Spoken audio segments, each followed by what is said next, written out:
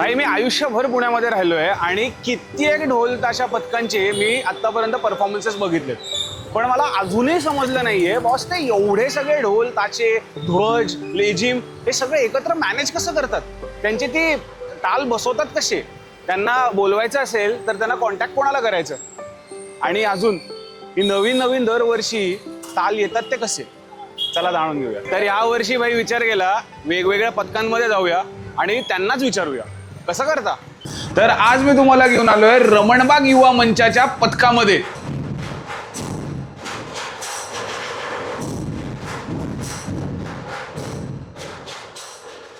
नमस्कार, मी शांतीसागर निपुणगे. सध्या रमणबाग युवा मंच ट्रस्टचा अध्यक्ष म्हणून जबाबदारी आहे माझ्याकडे. मी 5वीत जेव्हा शाळेत ॲडमिशन घेतली 2000 साली, तेव्हापासनं ताशा वाजवतोय. टिल डेट आता 27वं वर्ष आहे. आणि फक्त रमणबागेचेच विद्यार्थी अलाउड आहेत का? नाही नाही नाही, असं नाहीये. सुरुवातीला जेव्हा टिपरी आणि ध्वज करायला जे होतं तेव्हा शाळेतली मुलं होती फक्त. आणि माझी विद्यार्थी 70% आपण म्हणू शकतो. पण आता ज्या पद्धतीने इतक्या वर्षात आता पथकाची वाढ झालेली आहे आणि संख्येमध्ये सुद्धा जी काही वाढ आहे त्याच्यामध्ये इतर सुद्धा विद्यार्थी आहेत. त्याच्यामध्ये विद्यार्थी, माझे विद्यार्थी सगळेच जण. नाहीतर ते अल्युमिनाय पार्टीच असते गणपती. येस. आता किती टोटल मेंबर आहेत वाजवणारे? आत्ता जर का सध्या म्हणलं तर यावर्षी ऍक्टिव्ह 900 मेंबर आहेत. तसा जर का आकडा बघितला आपला तर 1200 पेक्षा जास्त येतो. वेगवेगळे असतात. 200 मुलांचा एक गट होतो. सो असं 4 गट केलेले असतात. ऍट अ टाइम आपल्या 4 मिरवणुका चालू असतात, म्हणजे वाजवू शकतो आपण. पहिल्या दिवशी तसं त्या 4 ऍट अ टाइम वाजतात. लॉंगेस्ट मिरवणूक कधी वाजवल्या? लॉंगेस्ट म्हणजे जर एका आपण लक्ष्मी रोड किंवा याला जर का बघितलं तर नंबर ऑफ आवर्स असे की चालूच आहे बाबा, रमणबाग वाजवतच आहे. समाधानला मिरवणूक सुरू केली सकाळी, अलका टॉकीजला आलो, तसंच वाद्य घेऊन परत उलट समाधान, असं करत जर का सुरुवात आणि जे शेवटचं आम्ही सगळं संपवून शाळेत आलो त्याच्यामध्ये तेवढं एक 27 तासाचं ड्युरेशन गेलेलं. That is the longest yes Ramanbag has played. आणि मुली अलाउड का नाही? बेसिक आता शाळा 80 वर्ष जुनी आहे आणि शाळा फक्त मुलांची आहे. बरोबर. त्याच्यामुळे मी परवा पण म्हणत होतो की इंट्रोड्यूस करूया. नाही नाही नाही तर पेठेमधल्या जर का डेक्कन एज्युकेशन सोसायटीच्या शाळा बघितल्या आपण तर रानडे बालक मंदिर जे आहे ते मॉन्टेसरीचं आहे. त्याच्या पुढे 1ली ते 4थी जी आपण प्रायमरी स्कूल म्हणतो ती, या दोन्ही कोएड आहेत. आणि मग तिथनं पुढे मुली अहिल्यादेवीत, मुलं रमणबागेत. सो ही मुलांचीच शाळा आहे. त्यामुळे जेव्हा सुरू केलं तेव्हापासून ते मुलांचंच पथक. बरोबर. आणि आम्ही आजपर्यंत ते फॉलो करतो. आणि पथक सुरू कधी झालं इसेन्शियली? पहिलं 1983 मध्ये पथक सुरू झालं. आणि तेव्हा म्हणजे लिटरली 3 ढोल 2 ताशे शाळेच्या गणपतीला वाजवणं इथपासून ते सुरुवात झाली. ते आता 1200 मेंबर्स आणि 900 ऍक्टिव्ह जे वाजवतात. येस. आणि फक्त पथकाचंच काम आहे त्या ट्रस्टचं का अजून पण काही करतात? ढोल ताशा वादन जर का म्हणलं तर आपण 1 महिना म्हणजे हे जो गणेशोत्सवाचा असतो तेवढाच करतो. 1 महिन्याची प्रॅक्टिस आणि 10 दिवसाचा गणेशोत्सव. करेक्ट. जे काही 10 महिने 11 महिने जे असतात त्याच्यामध्ये आपण समाजासाठी काय करू शकतो किंवा काय गोष्टी आपण देऊ शकतो ह्याच्यावर आम्ही काम करतो. आता गेली 10 वर्ष झाली अशा बऱ्याच गोष्टींमध्ये आपण करतो की जिथे पुण्याच्या जवळपास एक 60-70 किलोमीटरवरचे काही भाग असे आहेत की आम्हाला सुद्धा असं होतं की तिथे गावामध्ये विहीर खणायची असेल तर मशिनरी पोचू शकत नव्हती किंवा हे सगळं, तर त्याच्यामध्ये श्रमदान करायची ऍक्टिव्हिटी असेल ती आपण ज्ञानप्रबोधिनी सोबत मिळून केली होती. सो कोविडमध्ये 2 वर्ष एक 125 ते 150 मुलं आपली सगळ्या महानगरपालिकेच्या कर्मचाऱ्यांसोबत मिळून ते मूर्ती संकलनाचं काम असेल. इथेच याच्यामध्येच आपण 2 वेळेस फ्रीमध्ये लस लोकांना जी दिली ती ऑलमोस्ट एक 2700-2800 मोफत लसीकरण आपल्या इथे झालं. रक्तदान शिबिर असेल, या गोष्टी आपण करत असतो. मग आता गेली 2 वर्ष झाली एक किल्ल्याचा उपक्रम आपण करतो. इथेच या स्टेजवर एक 400 स्क्वेअर फुटामध्ये आम्ही किल्ला बनवतो. त्याचा लाईट अँड साऊंड शो असतो की त्या किल्ल्यावर ज्या काही महत्वाच्या घडामोडी घडल्या आहेत किंवा लढाया असतील, जे काय असेल तर ते किल्ल्यावर ते लाईटनी ते दाखवण्यात येतं. आणि ज्या गोष्टी किल्ल्यावर दाखवू शकत नाही त्याच्यासाठी समोर LED स्क्रीन असते, त्याच्यावर एक्सप्लेन केल्या जातात किंवा फिल्म स्वरूपात असतात. तर हे दिवाळीचे 8 दिवस आपण सर्वांसाठी मोफत हे उपलब्ध करून देतो. ऑलमोस्ट एक 10-12 हजार लोक त्या 8 दिवसात इथे येऊन त्याचा आनंद घेतात. 900 लोकांची कम्युनिटी बिल्ड केली हा, तुम्ही almost. वर्षभर काही ना काहीतरी चालूच असतं. जसं बाहेरच्यांसाठी करतो तसंच ह्या मुलांसाठी सुद्धा आपला एक बिझनेस फोरम आपण एक बनवलेला अरे आहे की बाहेर आता म्हणजे बऱ्याच आपण याच्यामध्ये बघतो की जर का असं तुम्हाला कम्युनिटीमध्ये जायचं असेल कुठल्या तर हो. तुम्हाला वार्षिक काही ना काहीतरी त्याला हे आहे. खूप. तर इथे सर्व गोष्टी आहेत की एवढी मोठी कम्युनिटी तुम्हाला जोडली जाते मस्त. आणि कुठल्याही गोष्टीला अडचण येत नाही. बेसिकली 900 मुलांचं हे असल्यामुळे त्या ज्या काही रिक्वायरमेंट आहेत त्या ह्याच्यामध्ये या ग्रुपमध्ये मिळून जातात. कमाल कमाल. टोटल नंबर आता 900 लोक जर आहेत, 900 हो. आहेत, मग किती त्याच्यातले ढोल आहेत आणि किती ताशे आहेत आणि किती? 900 किंवा 1200 आपण हे जे बोलतोय हे वादकांची संख्या आहे. हो. ढोल जर का बघितले तर आपल्याकडे साधारण 250 ढोल बर. आणि एक 85 ताशे असं आपलं एकंदर त्याला सगळी सामग्री आहे. वर्षात किती पानं लागत असतील? नाही नाही असं वर्षात आताच मी 4-5 फाट फुटताना हा बघितलं. म्हणजे आपण डेली जे काही प्रॅक्टिस करतो त्याच्यामध्ये साधारण 5-10 पानं फुटतात. म्हणजे जर का गणेशोत्सव बघितला तर साधारण एक 350-400 पानं दरवर्षी लागतात गणेशोत्सवात. आणि ताशाचे? ताशाचे त्या प्रमाणात कमी फुटतात. हा. बेसिकली ते फायबर पण आहे. हो बरोबर. आणि ते थोडंसं त्याच्यामुळे strength घेतं ते. हा म्हणजे त्याचं काड्या तुटतात त्याच्या. काड्या खूप तुटतात. वाजवता प्रत्येक ह्याच्यात जर का बघितलं तर काड्या खूप तुटतात. आताच इथे अशा लाईन मध्ये ते लागत होते. पण मग त्याचा मेंटेनन्स कॉस्ट वगैरे काय ते सगळं कसं? मग हे जे काही आपल्याला मिरवणुकांना जाऊन जी काय बिदागी मिळते आपण बरोबर. म्हणतो मानधन, बरोबर. तर त्या सर्व गोष्टींमधनं हे कव्हर होतं. म्हणजे बेसिक आपण मगाशी म्हणलं तसं की हे काही कमर्शियल नाहीये कोणाचं किंवा Correct. आम्ही कोणीच याच्यामधनं एक प्रॉफिट नाही. काहीच नाही बरोबर. प्रॉफिट नाही, काहीच नाही. म्हणजे ज्या काही गोष्टी त्या वाद्यांचा मेंटेनन्स असेल त्याच तेवढंच. याच्यावर जातं. दुसरी गोष्ट, छोट्याशा जरी वादनाला गेलात म्हणजे या अख्ख्या महिनाभरात जर का वादनाला आम्ही कुठे गेलो किंवा गणपतीच्या दरम्यान 10 दिवस आपल्याकडे सर्व मुलांचं जेवणाची सोय असते. म्हणजे असं नाही की कोणाला आपण वडापाव सँडविच देतोय. व्यवस्थित घरी जसं आपलं जेवण असतं रोजचं बरोबर. तसं जेवण सगळ्यांची सोय असते. आणि मग ह्यातनं जे पैसे काही उरतात त्याच्यामध्ये आम्ही पहिले शाळेला हे करतो की आम्ही आता काय करू शकतो शाळेला किंवा सोसायटीला, करेक्ट, की काही स्पेसिफिक रिक्वायरमेंट आहे का की ही गोष्ट आम्ही करून देऊ शकतो. किंवा नाहीतर मग बरेच वर्ष हे जेव्हा किंवा रिक्वायरमेंट नसते तेव्हा आपण शाळेमध्ये जे काही काही मुलं अशी असतात की जे फी भरू शकत नाही, मग त्याच्यामध्ये आपण नाही म्हटलं तरी एक 25-30 मुलांची पूर्ण वर्षाची फी आपण दरवर्षी भरतो. मस्त. आणि सर्वात महत्वाचा मुद्दा, जर तुम्हाला बोलवायचं असेल रमणबागेला कुठल्या मंडळाला तर ते कसं आणि कोणाशी कॉन्टॅक्ट करावं? आता बऱ्यापैकी जे काही मित्रपथकं आहेत किंवा मंडळांशी आमचे कॉन्टॅक्ट होतात तर बऱ्याच वेळेला माझाच नंबर शेअर केला जातो. मग आता मी या जबाबदारी माझ्याकडे आहे म्हणून माझा म्हणतोय. पण अदरवाईज अशी म्हणजे आमची एक 4 लोकांची टीम आहे की जी सगळी मिरवणूक ठरवते आणि या सगळ्या गोष्टी करते. शेड्युलिंग. हा सगळंच. हा एपिसोड बघून जर कोणाला इच्छा झाली की मला जॉईन करायचं रमणबाग, तर त्या मुलांनी जॉईन केल्यापासनं, इकडे पाऊल पहिलं टाकल्यापासनं ते ऍक्च्युअल मिरवणुकीमध्ये वाजवण्यापर्यंत किती वेळ जाईल साधारण? नाही मिरवणुकीत सगळेच म्हणजे जो कोण रमणबागेत ऍडमिशन घेतो ज्या वर्षी हा, तो त्याच वर्षी मिरवणुकीत सहभागी होतो. असं आपल्या इथे नाहीये की या वर्षी आलाय मग 3-4 वर्ष ट्रेनिंग होते आणि मग तो येतोय. बरोबर. तो त्याच वर्षी मुख्य मिरवणुकीत सर्व सहभागी होतो. अरे वा. आणि म्हणजे फक्त एक याच्यामध्ये असं आहे की ढोल वादक जर का असेल उत्साही की मला ढोल शिकायचा आणि वाजवायचा, बरोबर. तर तो आपण जी काय आता मध्यवर्ती भागात शाळा असल्यामुळे आपली प्रॅक्टिस 30च दिवस असते. करेक्ट. त्यामुळे 30 दिवसाच्या कालावधीमध्ये तो फुल ट्रेन होतो आणि तो मिरवणूक वाजवू शकतो ढोलावर. मस्त. म्हणजे असं हे नाही, पण ताशा वाजवण्यासाठी थोडंसं स्किल्ड जर कुणी असेल की तबला वाजवलाय आधी बरोबर. कधीतरी किंवा काहीतरी बरोबर, कुठलं बरोबर. तालवाद्य वाजवलंय तर ताशावाला पण ते हे असेल. अदरवाईज काय म्हणतात त्याला, उत्साही कार्यकर्ता आला की मला छान वाटतंय कोणीतरी ताशा वाजवतोय बघून आणि आता मलाही वाजवायचं आहे, वाजवायचं. तर ऍटलिस्ट एक 4-5 वर्ष तरी तो जर का प्रॅक्टिस, Correct. मिरवणूक तो वाजवतो पण त्याला सुद्धा त्यातला आनंद मिळायला सुरुवाती साधारण 4-5 वर्षानंतर होते. आणि ध्वज? ध्वज तर आता ते आमचे जे सगळे ध्वजधारी आहेत ते छान प्रॅक्टिस घेतात सगळ्यांची ते आणि लगेच ते होऊन सांगतीलच तुम्हाला. हो हा. नाही लगेच नाही, नाही हो. ते तर सगळ्यात अवघड काम आहे. अच्छा. म्हणजे शाळेतला ध्वज जर का बघितलात तुम्ही तर म्हणजे इतर इंटरव्ह्यूज मध्ये वगैरे सुद्धा तुम्ही ऐकाल की सगळ्यात जड ध्वजदंड रमणबागेचा आहे. हो हो हो. 12 फुटी आहे. 12 आहे, 14 मेन मिरवणुकांना 14 सुद्धा घेऊन जातात. ध्वजवस्त्र खूप मोठं आहे. आणि सर्वात लांबची मिरवणूक कुठली वाजवली? आता लेटेस्ट 2025 नोव्हेंबर मध्ये आम्ही राष्ट्रपती निलयम हैदराबाद मध्ये गेलो होतो. सो तो कार्यक्रम भारतीय कला महोत्सव म्हणून होता की त्याला दरवर्षी होतो तो, आणि त्याला 4 राज्यांना रिप्रेझेंटेशन मिळतं दरवर्षी आपली कला सादर करायला. सो रमणबाग या वर्षी तिथे महाराष्ट्राला रिप्रेझेंट करायला आम्ही गेलो होतो नोव्हेंबर मध्ये. कमाल. अरे जर्मनीत पथक आहे आपलं. हो.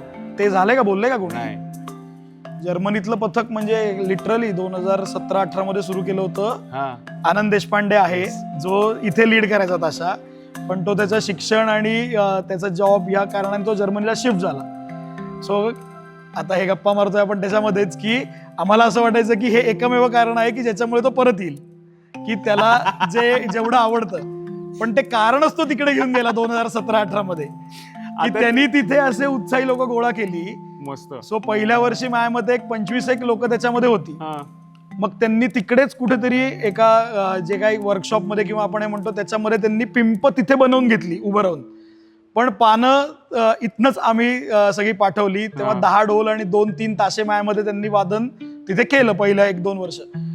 त्याच्यानंतर कोविडमध्ये ज्या काही सगळ्यांच्या मिरवणुका झाल्या नाहीत किंवा काही नाही, पण जी 40 वर्षाची परंपरा आहे की कसबा गणपतीच्या समोर रमणबागेचं वादन होतच, ती त्या पथकामुळे आपली अबाधित राहिली. की इथे जेव्हा कसबा गणपतीचं विसर्जन होतं तेव्हा जर्मनीतलं रमणबाग युवा मंच वाजवत होतं आणि त्याचं लाईव्ह टेलिकास्ट मांडवामध्ये पूर्ण त्याचं स्क्रीन आणि माईक लावून ते चालू होतं.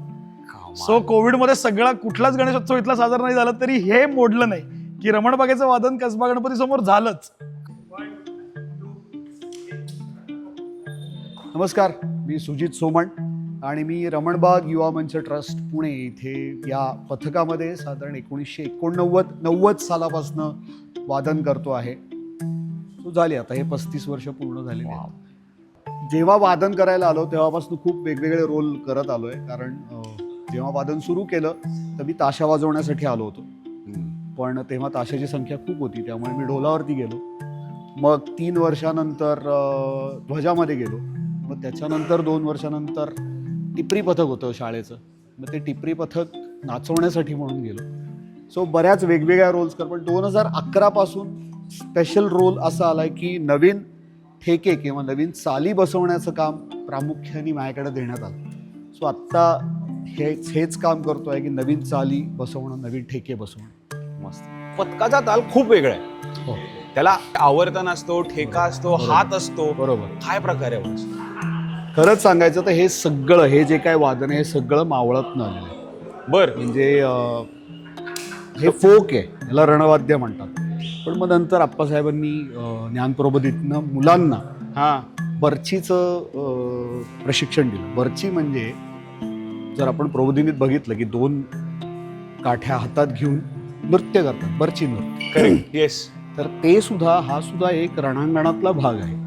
ते जे बर्ची खेळायचे म्हणजे 2 हातात 2 तलवारी या घेऊन त्याचं नृत्य कसं असेल ते बर्ची नृत्य ते आप्पासाहेबांनी याच्यात सुरू केलं प्रबोधिनी. आणि मग पथक संस्कृती सगळी पुढे यायला लागली. मग त्या ह्याच्यात जेव्हा बर्ची खेळायचे तर त्यासाठी जर स्लो स्पीडमध्ये खेळायचे किंवा जास्त लईमध्ये खेळायचे तर त्याच्यासाठी कुठला तरी एक ठेका पाहिजे. करेक्ट. मग त्या सगळ्यात बेसिक जे आहे तो पहिला हात असं म्हणलं गेलं की ज्याच्यात 2च ठोके, एकच थापी आहे. ते बेस.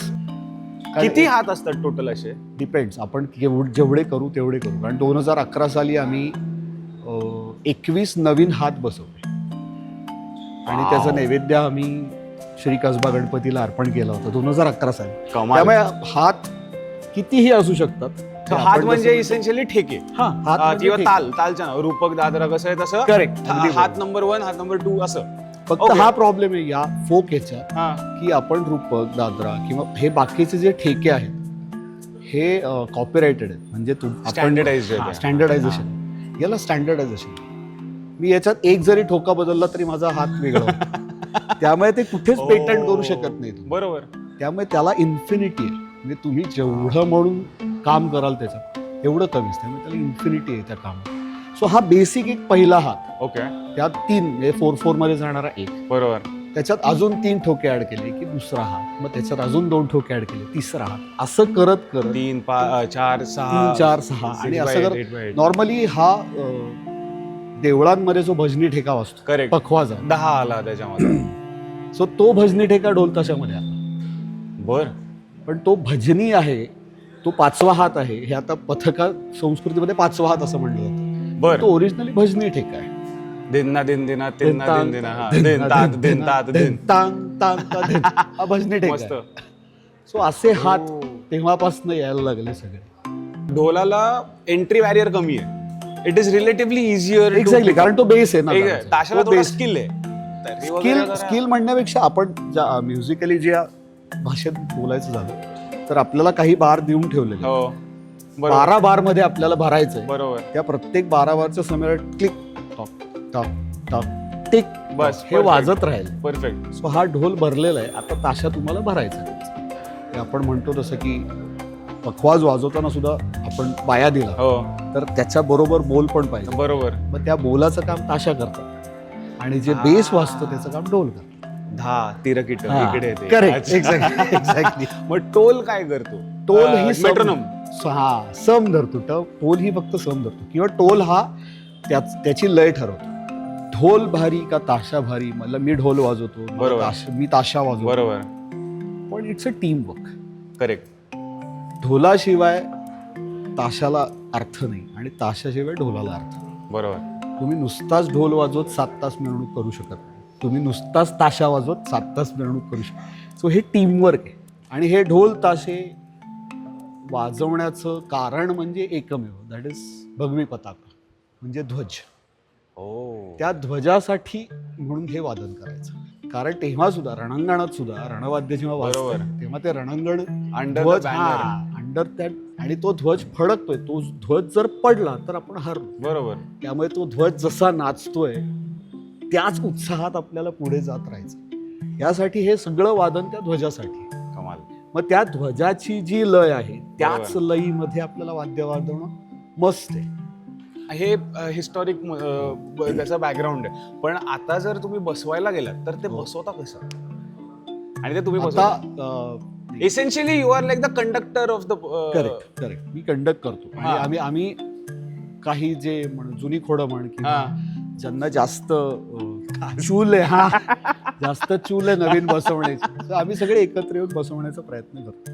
पण आता कालानुरूप हे नेहमी म्हणतो मी की आम्ही जेव्हा वाजवत होतो तेव्हा वादन करायचं तेव्हाचं वादन आणि आता 2025 पर्यंतचं आलेलं वादन ह्याच्यात जमीन आसमानाचं फरक. बरं. कारण आताचं वादन हे सगळं आघाती वादन झालं. म्हणजे आधीच्या ठेक्यांना मिंट होती. काय होतं? मिंट. मिंट. ओके. मिंट होती म्हणजे आधीचे ठेके जे कमी लईमध्ये वाजायचे त्याला एक मिंट होती. नजाकत. हा ते लहजा. बरोबर. पण आता इतकं आघाती वादन झालंय सगळं. बरोबर. त्यात सुद्धा टेक्निकल गोष्टी आहेत की त्या ढोलाच्या पानाला काहीतरी व्हायब्रेशन आहे. तुम्ही एक स्ट्रोक दिल्यानंतर ते व्हायब्रेशन कॅरी होणार आहे. सेटल तर होते. हा मग बडवत्यासारखं त्याचं कसं मग तो व्हायचं? पुढे वाजेल ना दुसरा. Correct. पण आता झालंय कसं की त्या 2 ठोक्यांच्या मधलं अंतर इतकं कमी झालंय त्यामुळे सगळं आघाती वादन सुरू आहे. फास्ट सगळं फास्ट. एंडला तुमच्याकडे पण एक होता लोकल ट्रेनचा फॉर एक्झाम्पल, जर तसं काहीतरी असेल तर तो ते- परत हातच झाला. म्हणजे ते पॅचेस झाले सगळे की चौकात आल्यानंतर की आम्ही आलोय चौकात हे कसं कळेल. तर मग आम्ही हा ठेका मस्त. वाजवतो असे ठेके वाजतो. सो रमणबागेचे दरवर्षी नवीन ठेके असतात. येस. किती दरवर्षी. ठेके असतात? दरवर्षी आम्ही तरी ठरवून किमान 5 नवीन ठेके तरी करायचे. बर. असं म्हणतो. आपण पहिल्या हातापासनं तुम्ही जेवढे म्हणून बसवलेले आहेत गोष्टी व्हेरिएशन बरोबर. त्या शेवटी जाईपर्यंत हे जेव्हा एका ह्याच्यात वाजतं त्याला आपण आवडतं. मग त्याच्यातली छोटी छोटी आवर्तन म्हणजे पहिल्या हाताचं किती आवर्तनं पाहिजे. पहिला हात 8 वेळा वाजतो. काय होतं 45 मिनिटाचा वेळ मिळतो आपल्याला कुठेतरी वाजवून. कुठेतरी गेलो बर. आपण वाजवून 45 मिनिटं मिळाली. पण त्या 45 मिनिटामध्ये आम्ही एवढं बसवलंय हे कसं करणार. मग त्याच्यात पहिल्या हाताची 8 आवर्तनं, दुसऱ्या हाताची 4च आवर्तनं, तिसऱ्या हाताची 2 आवर्तनं, मस्त. असं करत करत ते शॉर्ट करून 45 मिनिटात आणायचं. जनरली पीक परफॉर्मन्स किंवा पीक सर्वात हायलाईट तुम्हाला जे दाखवायचं असतं हो. ते एका 45 मिनिटच्या एपिसोड मध्ये कुठे असणार? सो पुढच्या वेळेस जर मला बघायचं झालं रमणबाग तर मग नाही, एक्झॅक्टली मग कुठला नाही, स्पॉट ही- बघायचा? खरं सांगायचं तर ही रमणबागेची खासियत आहे. तुम्हाला असं नॉर्मली आपल्याला असं की आपण ते ग्राफ चढता हो, जातो बरोबर. आणि मग शेवटी सगळं क्रिसेंडो ऐकलं. आला आणि मग तुम्ही डिस्कस Correct. केलं, राईट? पण रमणबागेचं तसं नाही. बर. आम्ही प्रत्येक ठेक्याचं वेगळं महत्व काय त्याच्यात काय करू शकतो हे सगळं बांधत बांधत बांधत बांधत पुढे जातो. So riser drop Correct. Riser drop कारण EDM what is exactly What is it? म्हणणार होतो टेक्नो चाललंय सलग basically. ऐकायला लागलं तर बरोबर. आपल्याला ते त्रासिक होतो. कुठे Correct. ड्रॉप पाहिजे ना, कारण music is all about crest and troughs. Correct. खरंच विचारायचं होतं, डीजे बरोबर पथक का नाही वाजू शकत? नाही वाजू शकतो ऑब्विसली, पण त्याच्यासाठी जो डीजे वाजवतोय हो. त्याला तसं- पथकाचं पण माहिती पाहिजे आणि जे पथक वाजवतोय त्याला DJ चं डीजेचं पण माहिती. माहिती. तर ढोलाला चार गोष्टी आहेत. ढोल असं म्हणलं की आपण 2 पानं दोरी पिंप हे बरोबर. म्हणतो. पण आम्ही जो अभ्यास केला त्याच्यावर खूप वेगवेगळ्या गोष्टी आमच्या समोर आहेत. ढोलाचं जे पिंप हा. आहे ते नॉर्मली आता आपलं ॲल्युमिनियमचं जे हो. असतं त्याला जर डार्क ब्लू कलर दिला बर, त्याचा बेस वाढतो. फक्त कलरनी? फक्त कलर पावडर कोट जर केलं डार्क ब्लूनी त्याचा बेस वाढतो. काय बोलताय? ऑरेंज कलर दिलास तर तो हाईसकडे जातो. हा, कलरचा काय? ऑब्विसली कलर तुम्ही जेव्हा बाहेर वाजवताय ब्लू कलर हीट ऍब्सॉर्ब करू शकत नाही, ऑरेंज कलर ऍब्सॉर्ब करतो. त्यामुळे पिंप तापतं. वाव. पिंप तापलं की पानं तापायला सुरू होतं. पानं तापली की ताणली जातं. त्याच्यामुळे तू वाजवलंस की तो हाईसला जातो. डार्क ब्लू कमाल. कलरचं जर पिंप केलास तर तो हे देत नाही, तापत नाही, त्याच्यामुळे हो. लो असतो. जेवढा सावलीत कळलं. जशी तेवढा ते गार होतं आणि तो लो असतो. सो ह्या गोष्टी Wow. आम्ही सगळ्या त्याच्यात जरा रिसर्च म्हण किंवा हे करून बघूया ते करून बघूया. कमाल. आणि ढोलाला ठोका आणि थापी अशी 2च पानं आहेत. हो. पण मग हे काय शो साठी आहे का? पिंप आलं, कडी आली, मग त्याचा वापर का नाही करायचा? म्हणून आम्ही 2011 साली त्या पण गोष्टींचा वापर करून मटुकडी नावाचा ठेका बसवला ढोलावर. बटुकडी नाव? मटुकडी. मटुकडी जो हो. राजस्थानमध्ये वाजतो normally बरं. आपण घट्टांवरती किंवा 2x2 इसेन्शियली जवळपास फोक मधला. मग तो ढोलावरती कसा वाजवेल? आणि मुख्य रमणबागेत आम्ही हे ठरवलेलं आहे की जे काही वाजेल ते फक्त ढोल ताशावर वाजेल. आपल्याला कुठलाही ठेका ऐकल्यानंतर ते वाद्य आठवतं.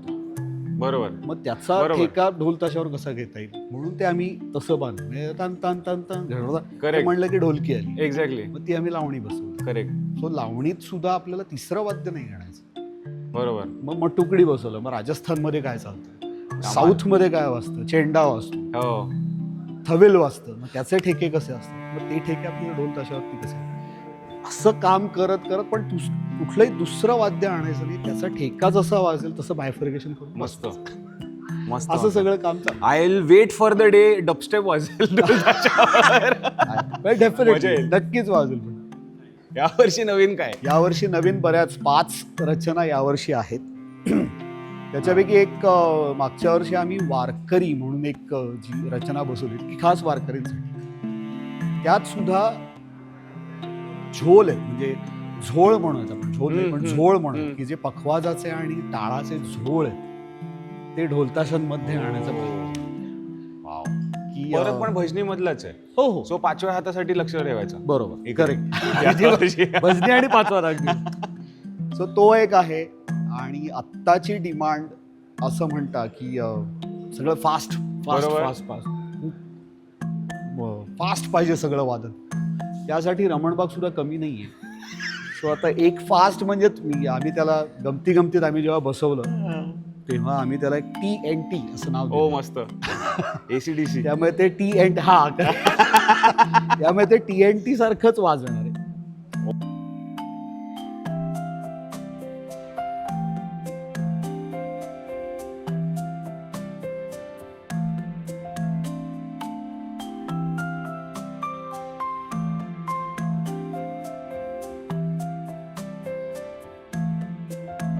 आपण फक्त मिरवणूक बघतो, पण बॉस हे 1 महिना आधीपासून जे प्रॅक्टिस करतात ना, ती काय म्हणजे उगाच थट्टासाठी किंवा टाइमपाससाठी नाहीये.